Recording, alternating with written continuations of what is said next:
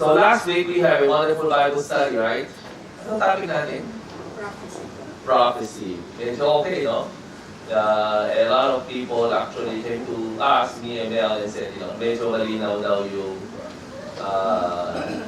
yung para-explain. Especially yung portion ni Mel, right? Because we said that prophecy is, it's relevant, it's important to Christians. And it's not a book, the book of Revelation is not a book of mystery, but it's a book of understanding. And the way to understand the book of the Revelation, its prophetic timeline, is to understand it in a sequential manner. Because you have three sets of seven. Seven seals, seven trumpets, and then you have the seven bowls of clay. So if you read that, in that manner, you won't get lost. Okay, and on that basis, you can easily identify where we are now in prophecy. So I hope that Bible study has been edifying for all of us. Some time ago, I can remember when we talked about the Colorado baker. How many of us remember that discussion? Yeah, okay, a few of us. The Colorado baker who refused to sell custom wedding cake to a gay couple. Remember? Okay. Now, you have one reaction here. And as we have agreed on that we will try to follow the case as it is being heard at the U.S. Supreme Court. Last June 4, 2018, last month, June 4, the U.S. Supreme Court ruled. They had a final ruling, and it ruled in favor of the Colorado baker. So, today we'll talk about it a little bit. You want to talk about it a bit? Okay, and understand how it went. Okay. So for the case history, to refresh all our memory, is that in July of 2012, a gay couple went to the bake shop owned by Mr. Phillips, called the Masterpiece Bake Shop in Lakewood, near Denver, Colorado. And they went into the store and they wanted to order a cake custom made for the celebration of their planned marriage that particular year. Mr. Phillips refused to make that cake. Politely, he said that it was not his standard practice to provide cake for same-sex marriage. His religious belief prevented him from endorsing something that directly goes against with his commitment to the Bible, and in this case, same-sex marriage.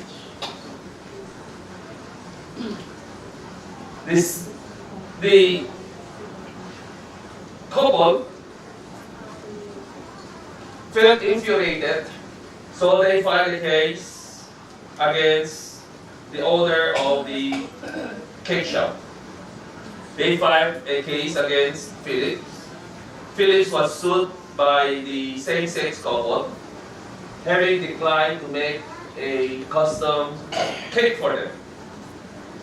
The couple took the case before the Colorado Civil Rights Commission, which ruled in favor of the couple. And they said that the baker had violated the state's anti-discrimination law, which categorized sexual orientation as a protected class. So when the couple, the same-sex couple, they filed a case at the Colorado Civil Rights Commission, the Colorado baker lost the case. Because the Civil Rights Commission felt that the owner of the bake shop, Mr. Phillips, violated the right of being serviced, by the baker, and that the baker has violated the state's anti-discrimination law because they felt that his religious belief, because of his religious belief, his unwillingness to make a custom cake violated the rights of the gay couple. Although Colorado law did not recognize same-sex union as marriage at that particular time, however, the Colorado law prohibits discrimination on the basis of sexual orientation.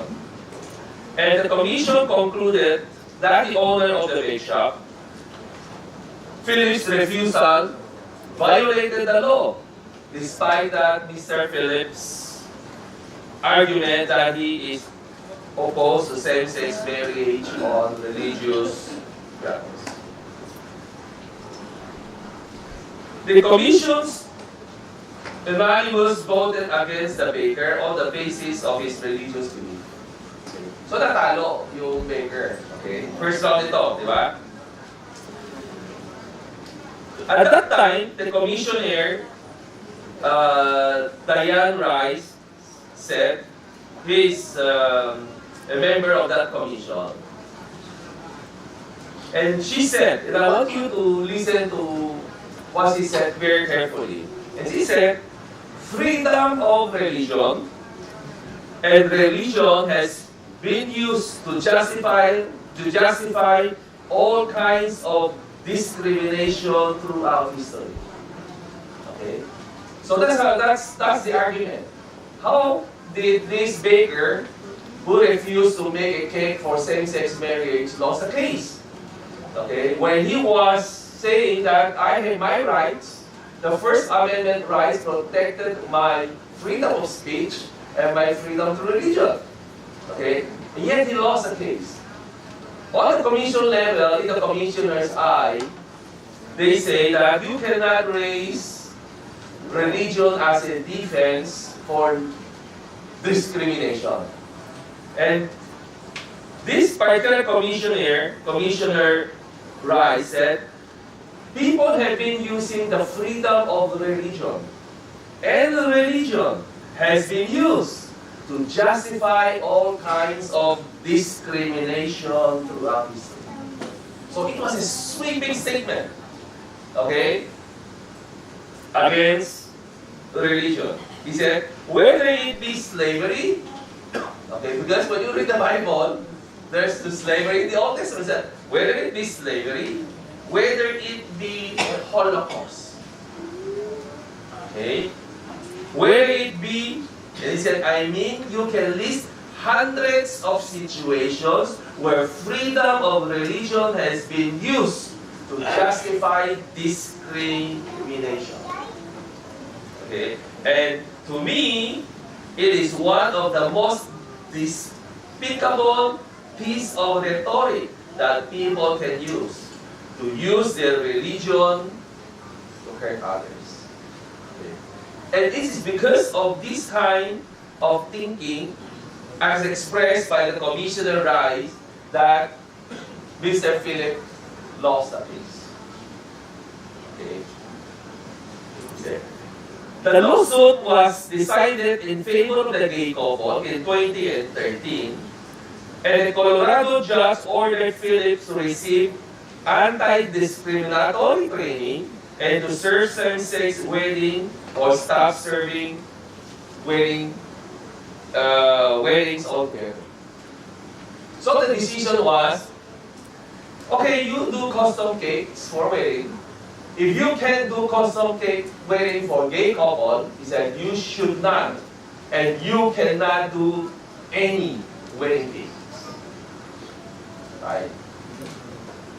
And this guy, Mr. Phillips, he decided, because of his belief, he decided not to do any wedding cakes. Okay. He chose to stop serving weddings through his bakery. And then he went on appeal. So Philip lost the appeal at the state level, and the Colorado Supreme Court declined to hear his case. So he appealed to the United States Supreme Court. Okay. In June 2017, a year ago, the U.S. Supreme Court agreed to hear the case, known as the Masterpiece Cake Shop versus Colorado Civil Rights Commission. Upon appeal, the U.S. Supreme Court accepted to hear the case.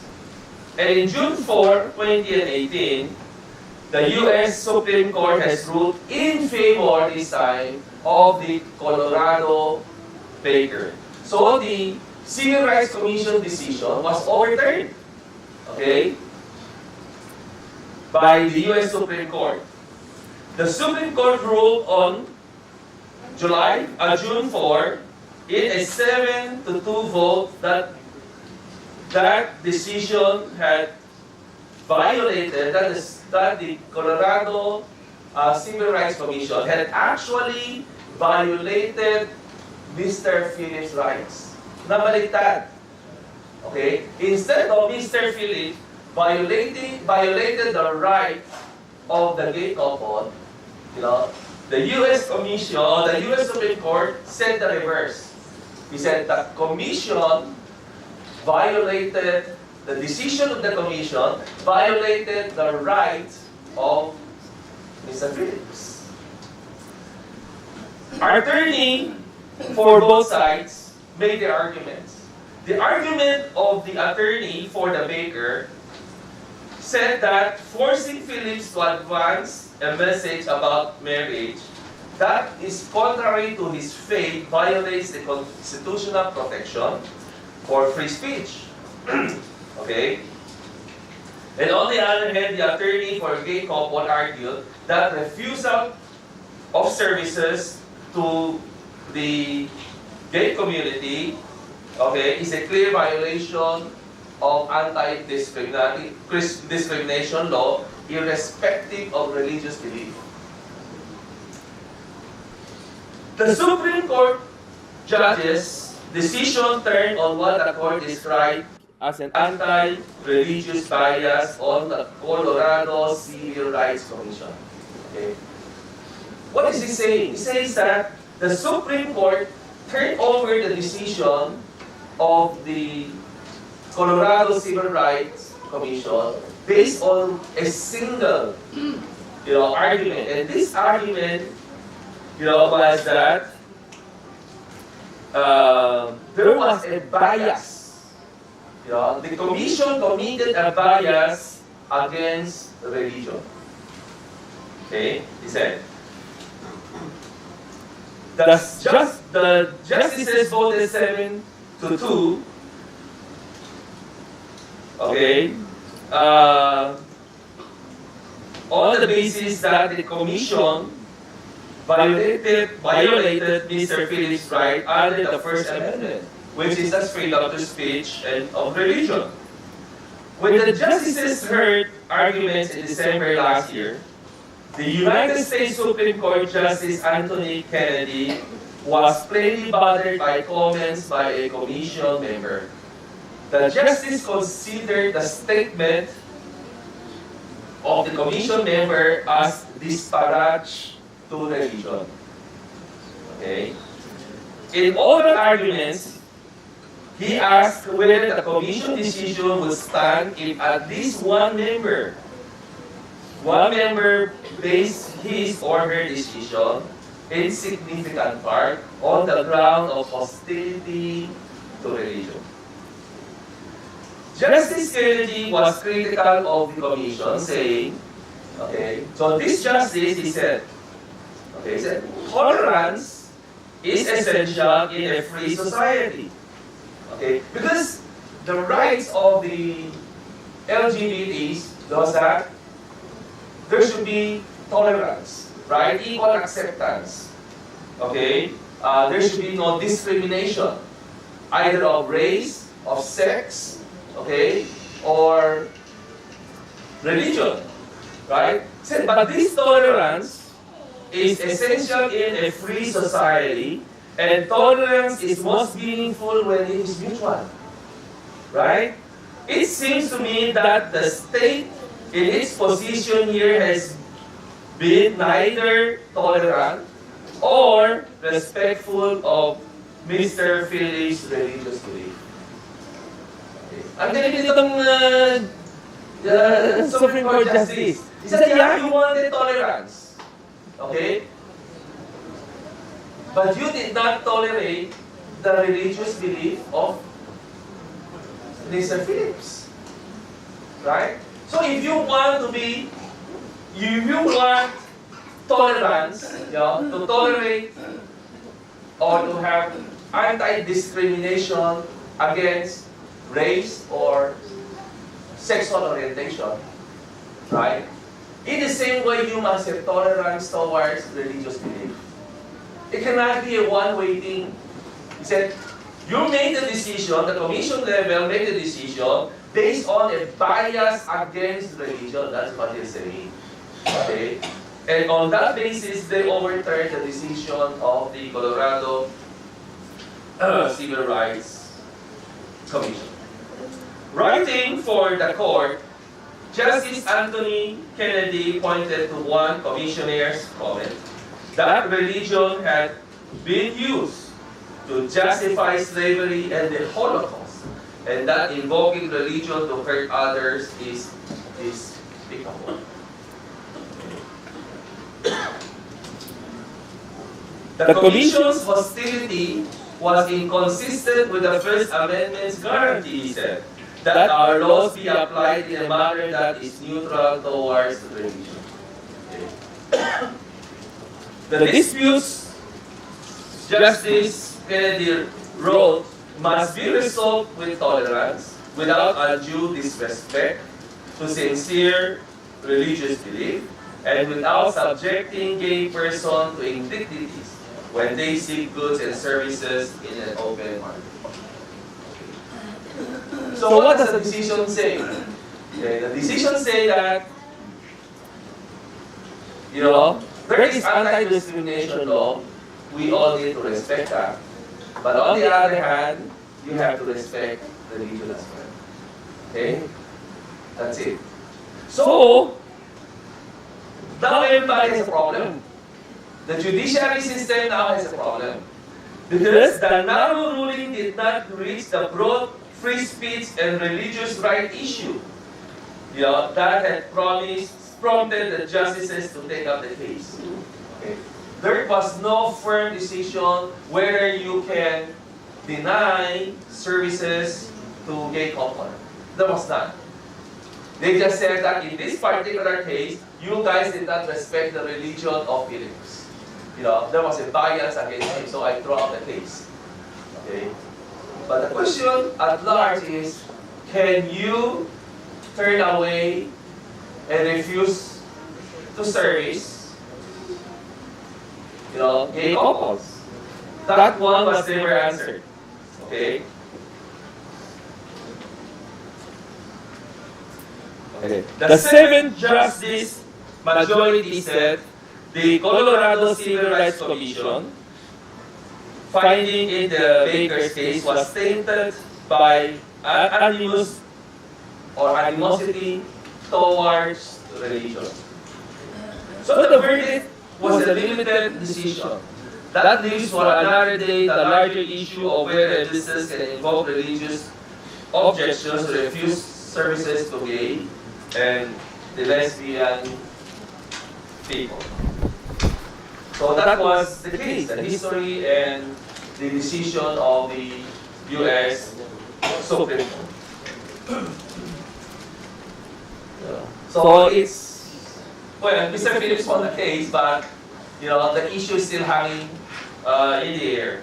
So whether you can actually do that, because there are numerous cases of similar cases. Some are flourished. If you are a flourish, and same-sex couple come to your store and say, hey, I'm getting wed, we are getting wed, and we want you to, to do the decor for the wedding. Now, question, can you refuse him or not? That issue was not resolved, they said.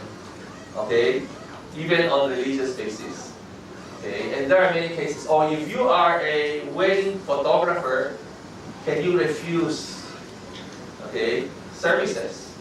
So when they are, the husband and now is the bride. Okay? And you're the photographer.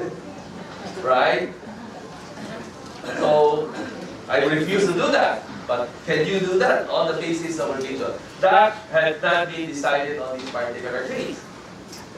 So he said that conversation will have to be dealt with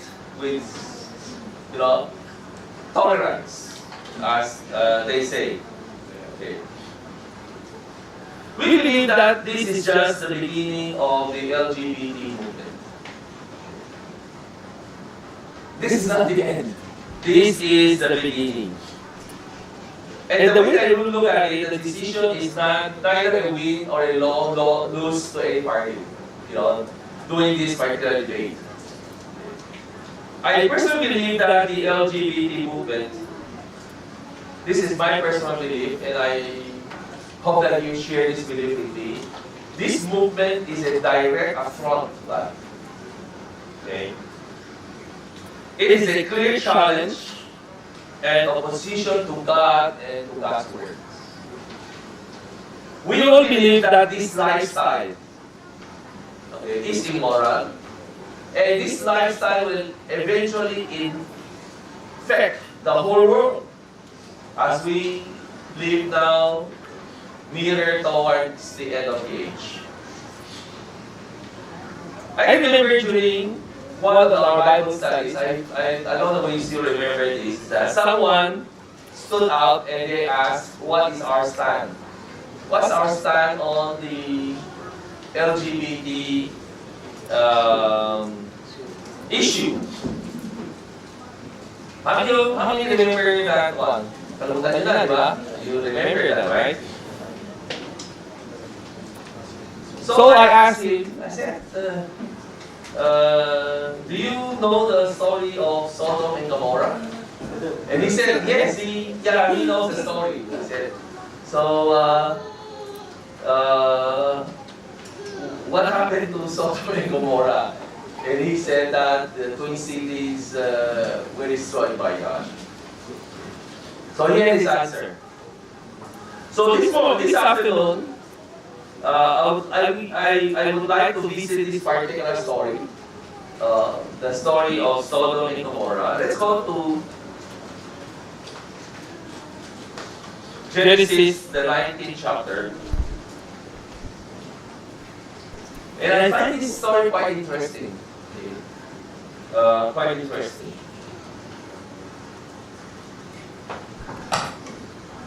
In verse 1 said, 2 angels arrived at Sodom towards the evening, and Lot was sitting in the gates of the city. And when he saw him, he got up to meet them, and bowed down with his face to the ground. So, Lot, as sun is setting, he's still at the gates of the city. Usually in ancient times, when you sit at the gates of the city, it's not that you are spending your idle time. Hindi yan tambayan. Okay? These are people of esteem. They are the judges, so to speak. So they sit at the gates. So if there are disputes or misunderstandings among people, they go to the gate and seek counsel. Okay, and they were there for that reason. Okay, they're not there wasting time drinking alcohol, okay, or playing guitar. It's not that. They're there for reasons that they are the respected people during their time, and people come to them for counsel. And Look, Lot was there. And when these two angels came in, knowing that they're strangers, he approached them. He bowed down to his face, giving them respect. Okay? And he said, my Lord, verse 2, he said, my lords, he said, please turn aside to your servant's house. You can wash your feet and spend the night, and then go on your way early in the morning. No, they answered. We will spend the night in the square. So, Lot knew what the place was all about. Dangerous place for young, handsome, looking, macho men. Okay?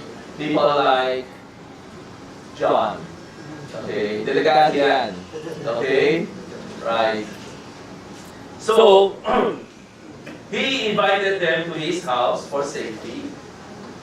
Okay? And that they may rest, and the next morning they can be on their way. But these two angels said, no, we want to spend the night in the square. Dangerous place, right? In the square. Okay? Okay? But he insisted so strongly. So why did he insisted so strongly? These are strangers. Okay? And he insisted so strongly that they did go with him and entered his house. Okay. He prepared a meal for them, baking bread without yeast, and they ate. Lot knew the danger before them. Okay, so he insisted, okay, fervently with them that they go to his house. Because that's the only place that he can provide safety. Okay? Lot knew what would have happened to the two visitors if they went to the square at night. Can you imagine what would happen to them when they went to the square at night? They will surely be interested, okay, by the men of gaze in the sea. Verse 4. Before they had gone to bed, all the men from every part of the city of Sodom, both young and old, surrounded the house. Wow! Hindi lang gay, chismosa pa. Okay? So they knew that there are two visitors who actually came in. Men. Right? So, every part of the city of Sodom, both young and old, they came to the house, and they surrounded the house of Lot. They wanted to come, and they wanted to meet the two young, handsome, good-looking, macho gentlemen. Okay? Verse 5, they called out to Lot. He said, where are the men who came to you tonight? Bring them out to us so that we may have sex with them. Wait. Wow. They're not even shy of their intentions, right? Ang lakas na loob. Right? Bring those two men out. We're gonna have fun with them. Right? The reason for their boldness was because it was the norm of that wicked city. It's a norm. You know, they don't have to be shy. They don't have to hide from the fact that they wanted to have illicit sex with them.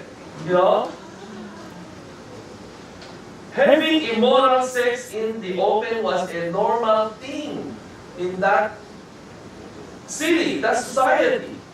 This was how degenerated the society had become in the twin cities of Sodom and Gomorrah.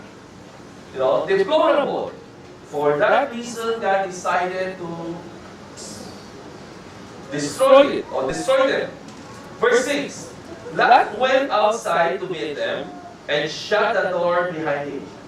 Okay, tapang. Okay, so Lot went out, shut the door behind him to protect the two gentlemen, the angels. Super brave, right? And Lot was unharmed. Okay? Why? Because this suggests that Lot was very well respected by the community. Okay? They left Lot and his family alone. And I'm sure that Lot also had special protection from God. Okay? As well. Verse 7, it said, "No, my friends, don't do this wicked thing. Lot knew that homosexuality was a sin.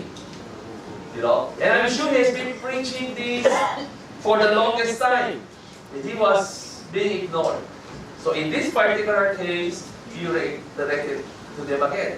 Don't do it. It is a sin." Okay?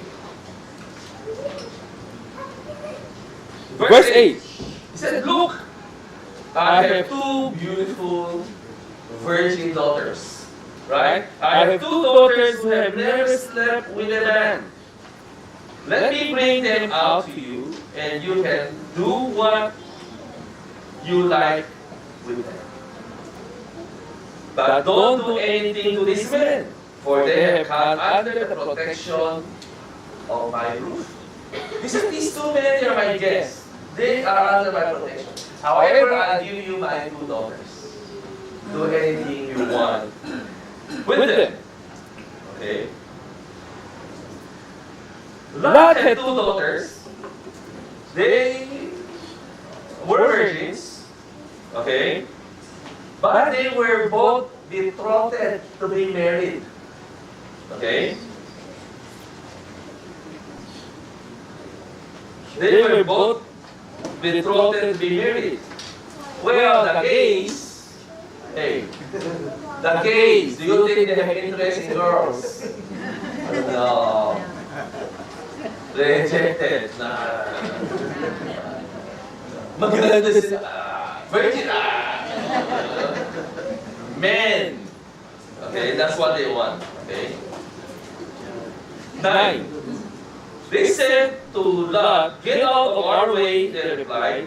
"This fellow came here as a foreigner, and now he wants to play the judge." Why? Because he was a judge in the city. He said, "Yeah, this foreigner, Lot, foreigner yan, he came to our city, you know. Now he wants to judge us. We'll treat you worse than them." They kept bringing prejudice on Lot and moving forward to break down the door. So what happened? Verse 10.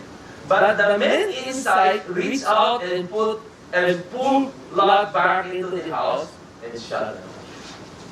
So sabi ng anghel, "Pasok na yan! Ano bang ginagawa mo dyan?" Okay, so they pulled him back to the house and shut the door. Then they struck the men who were at the door of the house, young and old, with blindness, so that they could not find the door. Okay? Nagulat. Okay? They were totally disoriented. They can't find the door, so they can force themselves in. The two men said to Lot, "Do you have anyone else here?" Okay? "You, your wife, your two daughters, are there anyone else here?" The angel asked. "Sons-in-law, sons or daughters, or anyone else in the city who belong to you? Get them out of here. Because they are going to destroy this place.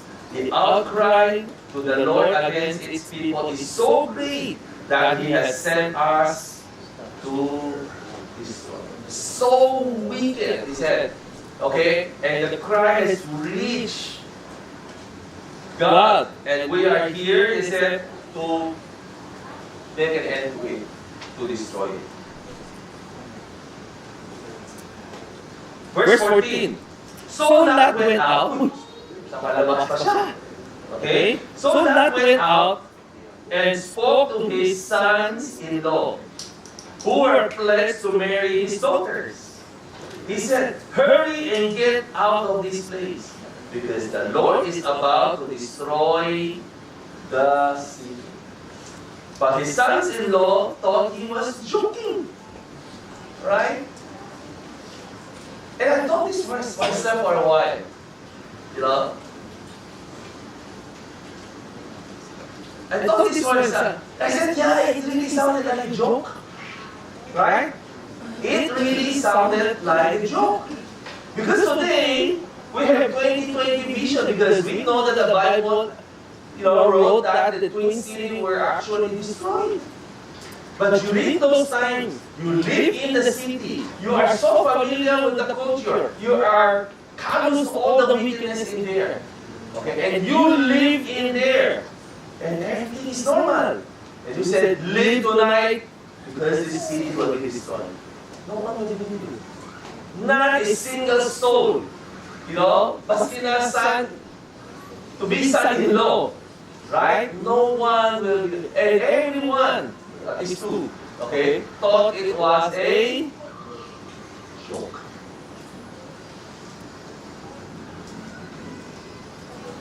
Okay, he said, Lot went out and spoke to his sons-in-law, and they were pledged to be married to their daughters.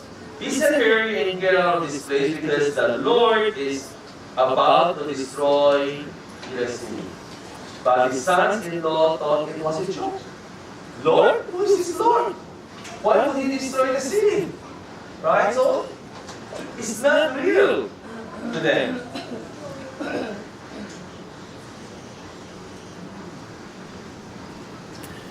And I said to myself, and I was looking at this, I said, well, it sounded like a joke if you think that everything is normal, right?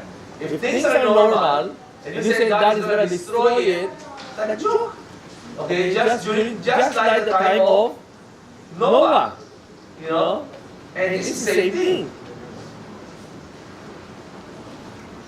Then I thought that one day, this, what do you call that? Alternate lifestyle, right? This LGBT lifestyle will be so normal or,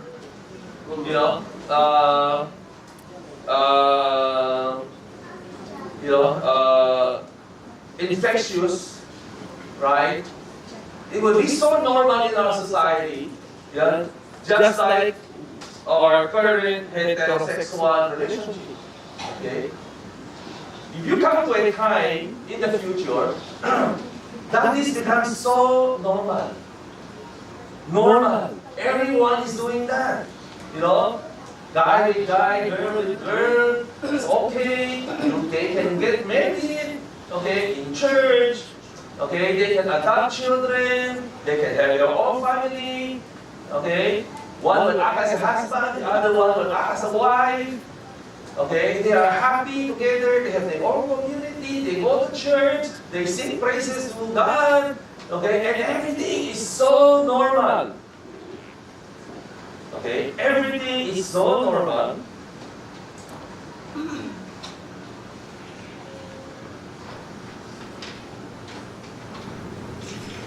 A lot of people won't see anything wrong with it. Today we can still see medyo mali yan, di ba? Today, yeah, that's wrong. But if you live in a society, okay, that this thing is so open and so normal, okay, you must say, yeah, that's ordinary thing. It's an ordinary, normal thing. Okay? So people become so callous to this kind of wickedness. In verse 15, with the coming of dawn, the angel urged Lot, saying, hurry, take your wife and your two daughters who are here, or you will be swept away with the city, for the city is punished. Then what happened? Lot hesitated. Wow. I said,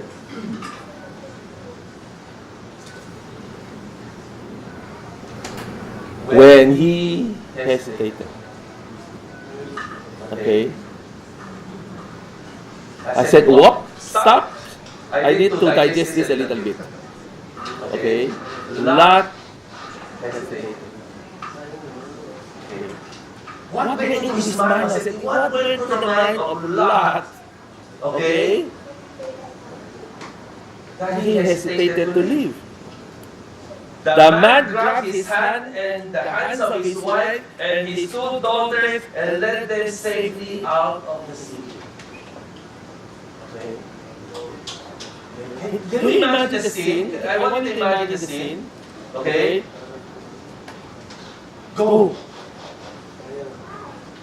Hesitated. They have to be dragged out of the city. Okay, they got them by the hand, one on each hand, and out of the city. Okay. For the Lord was merciful to them. Lot hesitated to leave. He just went to the two son-in-law asked them to leave. Right? Kasi ayaw. Okay? You know?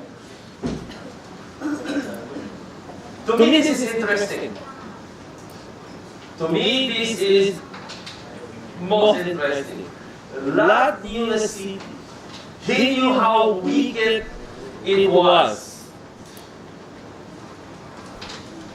How bad it has become. He knew that God was about to destroy the city. Yet he hesitated to leave. He has to be dragged out by the angels. Too often, we are in the same predicament. I said, yeah, you know, maybe I can understand this a little bit. Okay? And very often, we are in the same predicament. We have maybe fallen into a habitual habit of doing wrong things. We may be so comfortable with our lifestyle that we don't actually see our problems. Right? That we don't see our faults. Okay? We fall into a habitual mode and an environment that we cannot extricate ourselves from. Okay? Instead of being separated and coming out of the sinful system, we are dragged into it by habit and by familiarity. And that's what happened to Lot. You know, he cannot find himself leaving the city. Okay? In spite of the fact that he knew that he was so wicked and God was about to destroy him. Okay? He has to be dragged out because of God's mercy.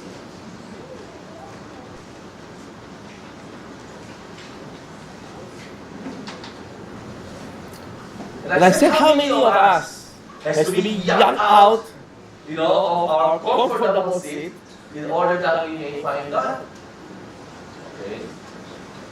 And then some of us has gone through that process.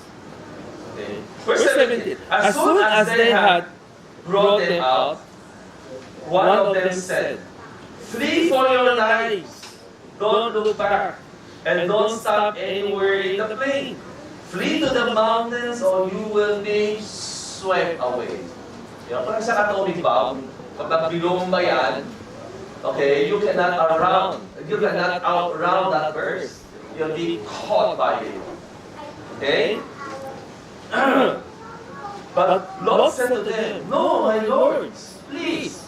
Your servant has found favor in your eyes, and you have shown great kindness to me in sparing my life. But I can't flee to the mountains. The disaster will overtake me. And I'll die. I can't run fast enough." Okay? And I'll be caught by its wave of destruction. So look, here is a town here enough to run to, and it is small. Let me flee to it. It is very small, isn't it? then my life will be spared. That's a small settlement, a small city there, small town. Let me go there. Yung sa bundok, hindi ko kaya. But this small town is nearby, I can go there. Allow me to go there, protect the small settlement, that I may be safe. Verse 21, he said to him, very well, I will grant this request too. I will not overthrow the town that you speak. But flee there quickly, because I cannot do anything until you reach that place. By the time that reaches the Zoar, the sun had risen over the land. Then the Lord rained down burning sulfur on Sodom and Gomorrah from the Lord out of the heavens. Thus he overthrew those cities and the entire plain, destroying all those living in the cities and all the vegetation in the land. But Lot's wife looked back, and she became sometimes,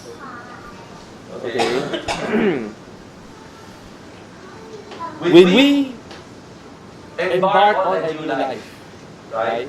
A new life in Christ. Sometimes there are those habits which are very difficult to kick off. Like the turn, you have some friends there, that you might miss, okay? And there is this tendency, of missing that, okay? And so Lot's wife looked back, nahihinayang siguro, and she became a pillar of salt. Early the next morning, Abraham got up and returned to the place where he had stood before the Lord. He looked down towards Sodom and Gomorrah, towards all the land of the plain, and he saw dense smoke rising from the land, like smoke from a furnace. So when God destroyed the cities of the plain, he remembered Abraham, and he brought Lot out of the catastrophe that overthrew the city where Lot had. So, we asked the guy who asked, he said, are you familiar with the story of Sodom and Gomorrah? He said, yes. And we said, what happened to the city? He said, both cities were destroyed. Okay? And we know that the LGBT movement was born out of a total disrespect for God.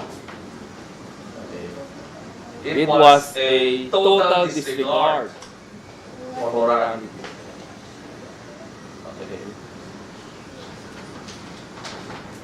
As we said earlier, this movement is an affront to God. This happened during the time of Abraham, and God destroyed the ruins. And this is coming back again in our time. But what we see here is just the head. Tiny head that's sprouting. Eventually, it will be the norm. Okay?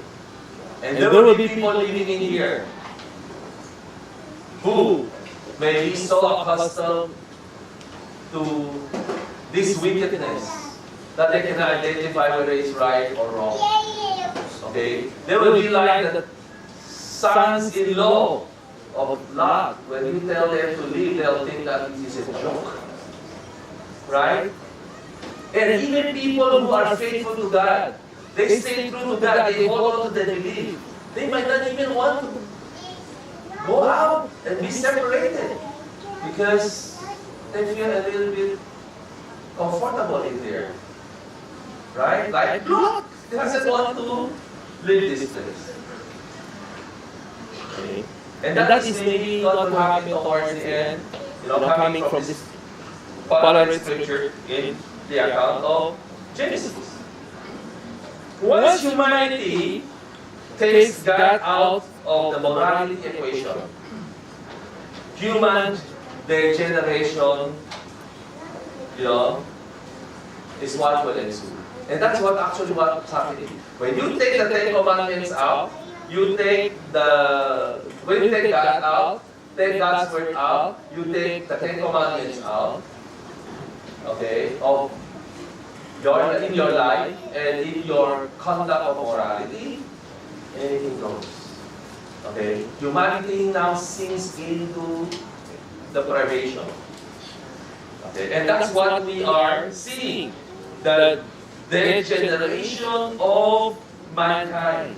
The more mankind disregards God and His laws, humanity will sink deeper and deeper into total degeneration. And that is when God returns to save the elect, and to usher in a new era, okay, which we know to be the time of the millennium. And I remember, I asked the guy, I think we read for the guy, 1 Corinthians chapter 6.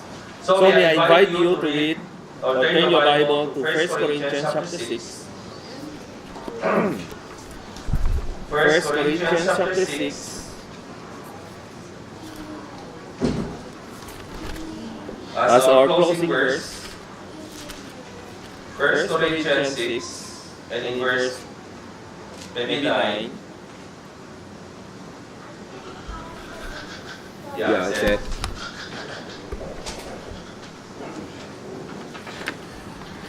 Do you not know that the wicked will not inherit the kingdom of God? A lot of people don't see this LGBT thing as wicked.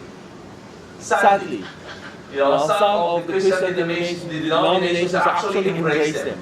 In fact, they perform weddings for them.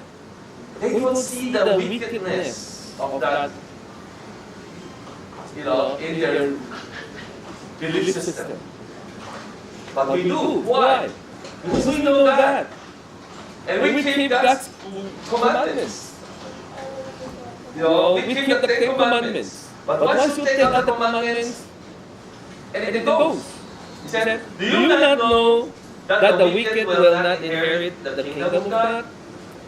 Do not be deceived. Neither the sexually immoral, or idolaters, or adulterers, or male prostitute, nor homosexual offenders, nor thieves, nor the greedy, nor drunkards, nor slanderers, or swindlers will inherit the kingdom. So no homosexual offenders will inherit the kingdom.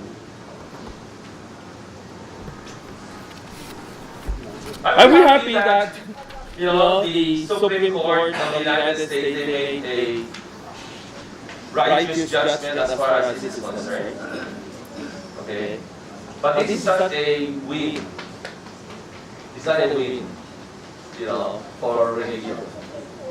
Not yet. Okay, and I think this issue will get worse. The LGBT movement, the issue will get worse. And it will eventually affect the whole society. Okay? And more or less we know how it's going to end. A Bible prophecy gave us an indication, of how bad it's going to get. So with that, let's continue to keep watching, current events. And for that, that is a further strengthen our faith.